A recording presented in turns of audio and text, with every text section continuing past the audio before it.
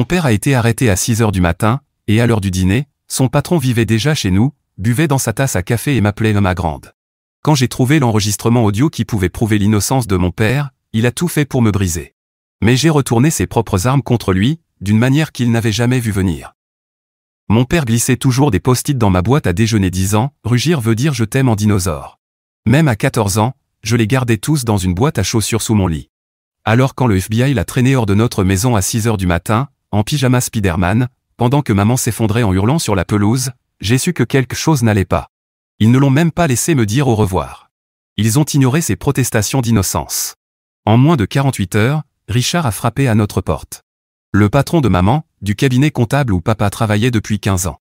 Il portait des sacs de course et affichait un air de compassion parfaitement maîtrisé. « Marina, tu ne peux pas traverser ça toute seule », a-t-il dit, en entrant déjà comme s'il était chez lui. Maman était trop brisée pour protester quand il a annoncé qu'il resterait dans la chambre d'amis. Il avait déjà apporté 3 valises, comme s'il avait tout prévu. Ce soir-là, Richard s'est assis sur la chaise de papa, à table. Il a bu dans sa tasse à café. Il a même essayé de couper ma viande comme si j'avais 5 ans. « On va traverser ça ensemble, ma grande », a-t-il dit. J'avais envie de vomir. Sa façon de dire ma grande me donnait la chair de poule. Papa ne m'avait jamais appelé comme ça. Mais pendant des mois, j'ai fait semblant. J'ai aidé Richard à emballer les affaires de papa, parce que maman disait qu'on devait lui être reconnaissante. Je lui ai servi le dîner, j'ai fait semblant d'apprécier quand il venait à mes matchs de foot, se tenant là où papa se tenait, mais les yeux rivés à son téléphone. Il balançait de l'argent à tout va mais ne savait même pas si je jouais en attaque ou en défense. Quand j'ai eu mes règles et que j'avais besoin de maman, elle était encore à une réunion avec les avocats et Richard. Quand je faisais des cauchemars où papa se faisait tabasser en prison, la solution de Richard était de m'acheter un nouvel ordinateur portable. J'écrivais des lettres à papa en secret, que je cachais entre mes manuels scolaires. La nuit, je continuais à mettre un couvert pour lui à table quand Richard rentrait tard. Je dormais dans son vieux sweat d'université, même s'il était immense et que maman disait que c'était morbide. Parfois, je pouvais encore sentir son parfum dessus. Le point de rupture est arrivé pour son anniversaire, le premier qu'il passait en prison. J'avais économisé mon argent de poche pendant 3 mois pour payer le bus et rempli moi-même tous les formulaires de visite. Quand j'ai demandé à maman, c'est Richard qui a répondu. Ce week-end ne va pas le faire. J'ai un dîner avec les clients Henderson, et j'ai besoin que ma famille soit présente. C'est important pour ma promotion. Maman a tout de suite acquiescé. Richard a raison, chérie. Cette promotion, c'est ta scolarité qui en dépend. Ton père comprendrait. Quand j'ai dit que papa était innocent, Richard a explosé. Les hommes innocents n'ont pas de comptes offshore aux Caïmans. Sors de ton monde imaginaire. Maman m'a pris l'argent du bus ce soir-là. Elle a dit que c'était pour mon bien. Je l'ai entendu pleurer plus tard, mais elle ne me l'a pas rendu. Alors j'ai tenté de faire de l'autostop. J'ai parcouru 80 km avant que la police d'État ne me ramasse à 2 heures du matin dans une station-service. Richard a convaincu maman que j'avais besoin d'une thérapie pour mes délires sur l'innocence de papa. Il a installé des applications de traçage sur mon téléphone et surveillé toutes mes communications. 3 semaines plus tard, tout a changé. Richard est rentré ivre-mort d'une fête de bureau. Je l'ai trouvé dans le bureau de papa, tenant sa montre et marmonnant « Ton père, toujours à jouer les justiciers, a porté un micro comme un héros. » J'ai dû lui arracher moi-même cette nuit-là. Il s'est effondré dans le fauteuil de papa. J'étais confuse. Quel micro? Papa n'en portait pas quand ils l'ont arrêté. Et sa montre n'avait jamais été mentionnée dans la liste des preuves. Maman appelait d'en haut, demandant si Richard allait bien. Quand elle est remontée se coucher, j'ai fouillé partout à la recherche de cette montre, jusqu'à me rappeler sa voiture. Mes mains tremblaient quand j'ai pris ses clés pour aller au garage.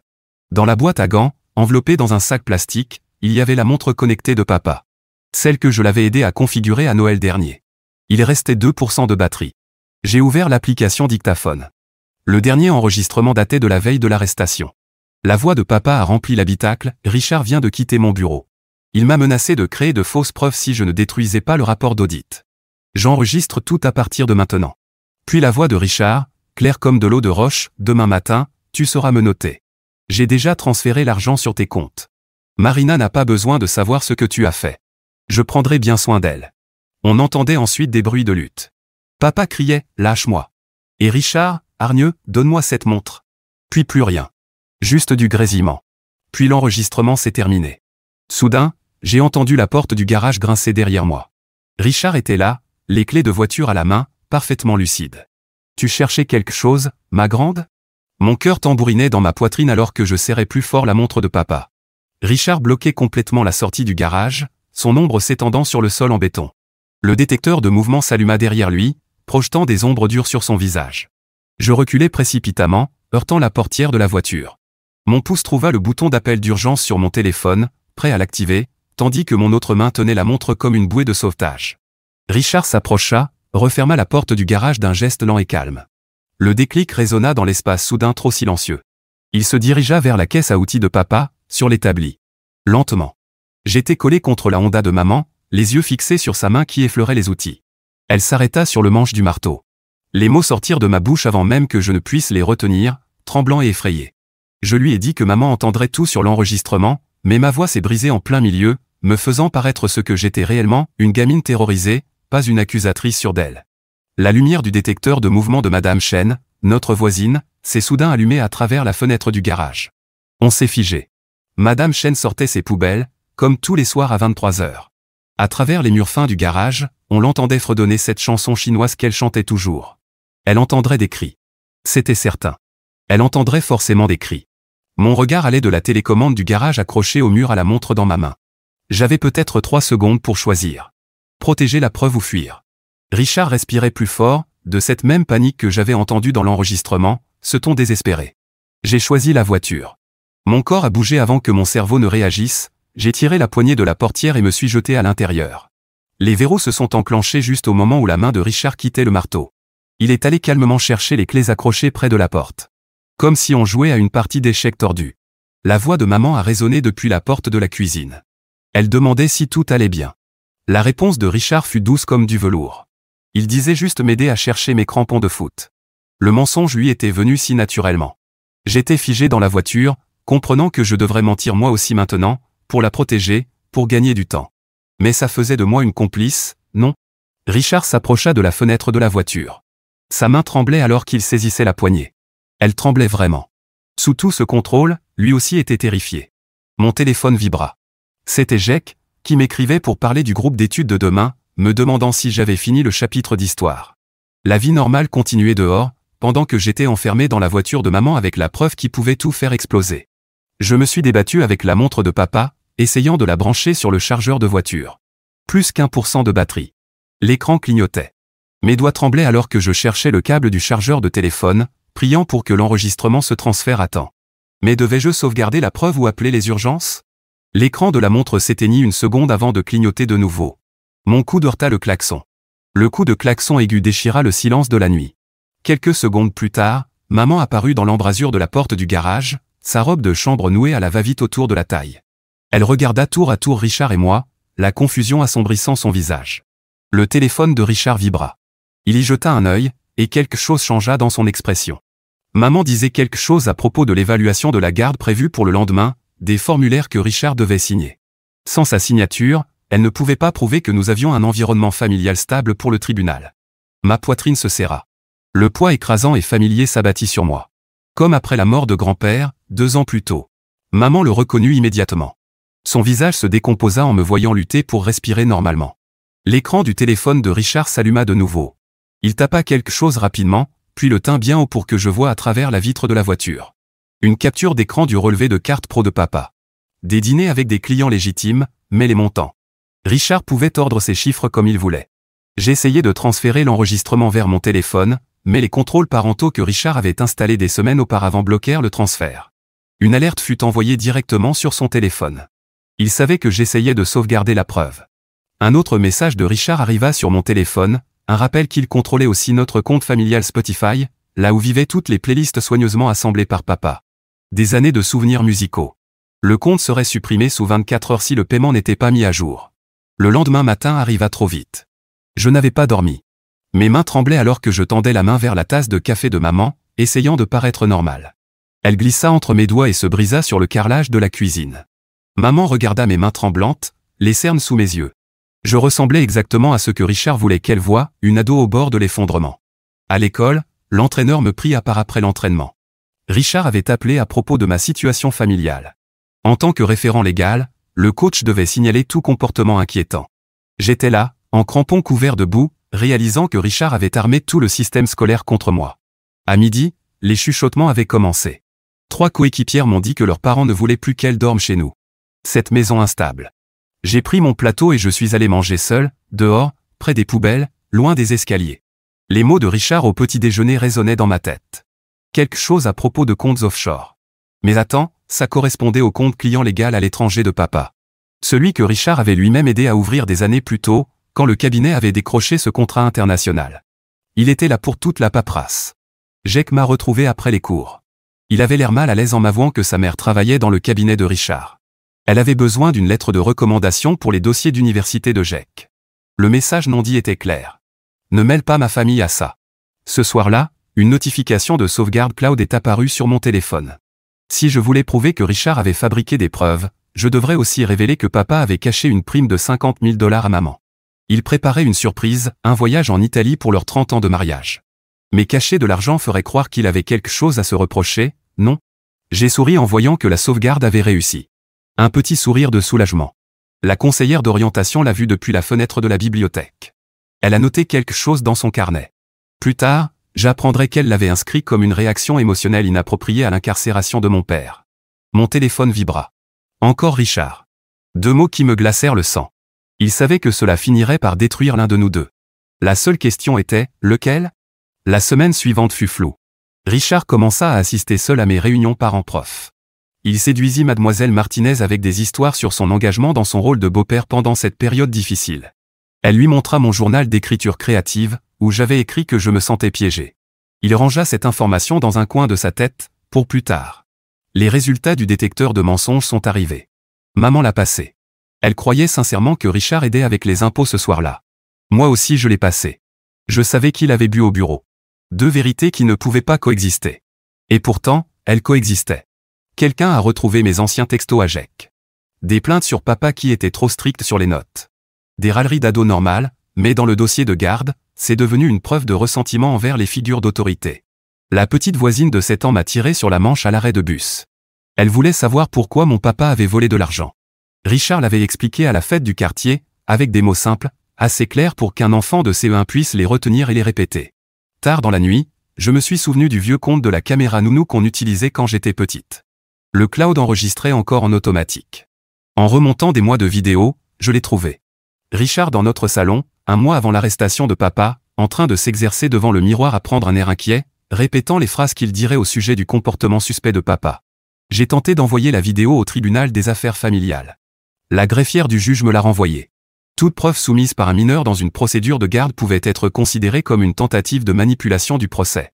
Le mot de passe Amazon de papa fonctionnait encore. Son historique de commande montrait 2 montres identiques achetées comme cadeau. L'une lui avait été livrée. L'autre était destinée au bureau de Richard. Elle n'avait jamais été reçue. La commande avait été annulée la veille de l'arrestation de papa. Le profil LinkedIn de Richard ne collait pas. Il prétendait être à une conférence la semaine de l'arrestation, mais les photos des reçus d'hôtel qu'il avait postés montraient des dates différentes si on zoomait suffisamment. Le docteur Patel, la thérapeute que Richard avait choisie pour moi, prenait des notes pendant nos séances. Elle avait l'obligation légale de rapporter à la cour mon obsession inquiétante envers ma figure de beau-père. C'était son devoir, expliquait-elle, l'air sincèrement désolé. J'ai essayé d'enregistrer Richard pendant le dîner, mais il a vu le reflet de l'écran de mon téléphone dans la porte du micro-ondes. Il n'a rien dit. Il a juste souri et demandé si j'essayais encore. Ce mot, ma grande, toujours dégoulinant de fausse bienveillance. Le rendez-vous médical de maman s'est éternisé. Je devais choisir, monter dans la voiture de Richard ou rater l'audience pour la garde. J'étais assise dans sa voiture, le regard fixé sur lui alors qu'il ajustait la montre de papa à son poignet. Celle gravée, qu'il avait reçue le jour de ma naissance. Maman avait dit que Richard devrait avoir quelque chose pour se souvenir de lui. Richard m'a fait une offre pendant qu'on roulait. Je pouvais garder un enregistrement de la voix de papa si j'arrêtais toutes ces bêtises. Justin. Celui de mon choix. Un acte de générosité, l'a-t-il appelé. J'ai refusé. Le médiateur du tribunal l'a noté aussi. Il a écrit que je préférais le conflit à la mémoire de mon père. Que je choisissais le chaos plutôt que la guérison. Tout s'effondrait. La sœur de papa a appelé pour dire qu'elle était désolée, mais qu'elle ne pouvait pas témoigner. Quelqu'un avait déposé une plainte anonyme auprès des ressources humaines de son travail, l'accusant de colporter des théories du complot. Elle avait des enfants à nourrir. Elle ne pouvait pas risquer de perdre son emploi. Les métadonnées de l'enregistrement de papa indiquaient le 15 mars, pas le 16. Mais je savais pourquoi. Papa réglait toujours ses appareils un jour à l'avance depuis le cancer de maman. Il ne voulait plus jamais rater un anniversaire ou un rendez-vous. L'avocat de Richard préparait déjà une stratégie pour utiliser cette particularité contre nous. J'ai trouvé le journal de maman en cherchant de vieux dossiers de papa. Une entrée datant de 2 mois avant l'arrestation, elle écrivait que papa devenait de plus en plus parano à propos de Richard, qu'elle s'inquiétait pour sa santé mentale. Ses propres mots allaient maintenant le condamner. Mais en lisant plus loin, j'ai compris. Papa n'était pas parano. Il documentait le schéma d'irrégularité financière de Richard, non pas pour monter un procès, mais pour protéger les autres employés du cabinet, pour qu'ils ne soient pas accusés à la place de Richard. Mamie est arrivée pour une visite. Elle m'a prise à part dans la cuisine et m'a glissé $200 dans la main. Mais quand maman est entrée dans la pièce, son expression a changé. Je ne peux pas perdre ma fille unique aussi, m'a-t-elle chuchoté. Elle devait prendre le parti de maman en public. J'ai créé un faux compte Instagram et contacté l'ex-petite amie de Richard. J'ai commencé par commenter ses photos de voyage, puis instaurer une conversation décontractée, récoltant des informations sans paraître désespéré. Désespéré. À la pharmacie, je suis tombé par hasard sur la mère de Richard qui venait récupérer ses médicaments. En discutant un peu, elle m'a révélé depuis quand il prenait des anxiolytiques, et à quel moment ses doses avaient augmenté. Le téléphone de papa était toujours connecté à l'ordinateur familial. Son appli d'enregistrement vocaux s'était synchronisé avant l'arrestation. Dans le dossier supprimé récemment, j'ai trouvé la sauvegarde. Tout y était. Absolument tout. Hélène, l'ancienne secrétaire de papa, m'a contacté via un avocat. Elle avait des infos sur Richard qui lui avait demandé de certifier des documents antidatés. Mais elle voulait une immunité avant de parler aux enquêteurs. Elle était trop impliquée elle-même. J'ai raté une séance de thérapie cruciale pour rencontrer l'avocat d'Hélène. Le docteur Patel a dû me noter comme non conforme. La recommandation pour la garde a été immédiatement rétrogradée. Rétrogradée. Mon compte épargne pour l'université s'est vidé à toute vitesse. L'avocate a abandonné l'affaire après que Richard a menacé le plus gros client de son cabinet. Quelque chose à propos du retrait de tout leur portefeuille si elle continuait à me représenter. Au dîner préféré de papa, j'ai confronté l'assistante de Richard. La vieille serveuse qui nous connaissait depuis des années a eu des palpitations en nous voyant nous disputer. Une ambulance est venue. Richard a utilisé ça aussi. Il a dit que je traumatisais des innocents avec mes délires. L'école m'a suspendu pour comportement émotionnel perturbant le cadre d'apprentissage. Le tuteur à domicile a signé. La voisine de Richard. C'est lui qui l'avait recommandé. Richard affirmait que ma chambre devait subir une inspection pour moisissure. J'ai dû m'installer sur le canapé du sous-sol pendant qu'il installait ce qu'il appelait des moniteurs de qualité de l'air. Les petites lumières rouges clignotaient toute la nuit, enregistrant tout. Maman m'a trouvé en train de pleurer dans la buanderie. Elle m'a supplié de laisser papa faire face à ses conséquences en paix. « Tu es en train de me tuer avec ce stress », a-t-elle dit. Ses mains tremblaient pendant qu'elle pliait les chemises de Richard. Mon enquête sur les comptes du cabinet a déclenché un audit du service de la mère de Jake. Jake m'a envoyé une photo de sa mère, en larmes, à leur table de cuisine. « À cause de toi, écrivait-il, mes parents envisagent de divorcer à cause des frais d'audit et des factures juridiques. » J'ai continué quand même. Même en sachant que Jake risquait de perdre sa maison. Même en voyant sa famille se briser. La vérité comptait désormais plus que les amitiés. Pendant une séance de conseil scolaire obligatoire, la conseillère m'a regardé dans les yeux et m'a demandé « Et si ton père avait vraiment volé cet argent ?» La question est restée suspendue. Je n'ai pas su quoi répondre tout de suite. Le doute s'est glissé pour la première fois. J'ai admis à maman que j'avais envisagé d'enregistrer Richard à son insu. Je lui ai montré mon dilemme moral. Que j'avais finalement décidé de ne pas le faire. Elle m'a regardé avec une forme de pitié. L'enregistrement de la montre révélait autre chose. Papa savait que je subissais du harcèlement à l'école, mais il était trop concentré sur sa collecte de preuves contre Richard pour m'aider. Sa voix disait qu'il aurait dû voir les signes. Qu'il aurait dû être là. L'avocat de Richard a déposé une motion d'urgence. À cause de mon état mental dégradé, l'audience devait être avancée. Mon avocate, elle, était convenablement en vacances aux Bermudes, injoignable. En regardant Richard pendant l'audience, j'ai vu quelque chose d'inattendu. Il voulait sincèrement être la figure paternelle qu'il pensait que je méritais. Toutes ces années à voir papa travailler tard, rater mes matchs, rater le dîner. Richard y avait vu une ouverture pour faire mieux. Sa rage venait du rejet de papa. Du fait que papa avait refusé son mentorat. Du fait qu'il menaçait l'image que Richard s'était construit de lui-même comme sauveur de la famille. Ce n'était jamais une question d'argent. C'était une question d'ego.